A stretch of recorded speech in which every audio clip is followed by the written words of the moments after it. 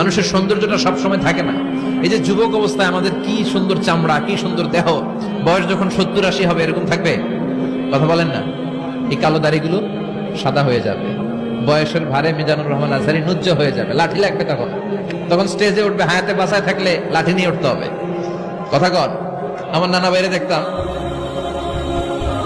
গাড়িতে একটা লাঠি রাখতো, মরহুম পীর সাহেব গোলাম সাদেক সাঈদী গাড়িতে সবসময় লাঠি। এই লাঠি নিয়ে গাড়ি থেকে বেরোতো, লাঠি দিয়ে সিঁড়ি বেয়ে উঠতো, মাঝে মাঝে আমরা ধরেও উঠাতাম। তো উনি কি এরকম ছিল না? একদিন ইয়াং তাগড়া যুবক, রং ধরা যৌবন জং ধরে শেষ থাকে না। আসফালা সাফিলিন এর দুইটা তাফসীর, একটা হচ্ছে ইলা আরজালিল উমর, সব সময় মানুষ যুবক থাকে না, একটা সময় তারে বৃদ্ধ বানিয়ে দেয় কে? আবার আল্লাহ বুঝালেন মানুষ ভালো হলে অনেক ভালো হয়, খারাপ হলে অনেক খারাপ। মানুষ ভালো হলে ফেরেশতার চেয়ে ভালো, মানুষ খারাপ হলে পশুর চেয়েও খারাপ।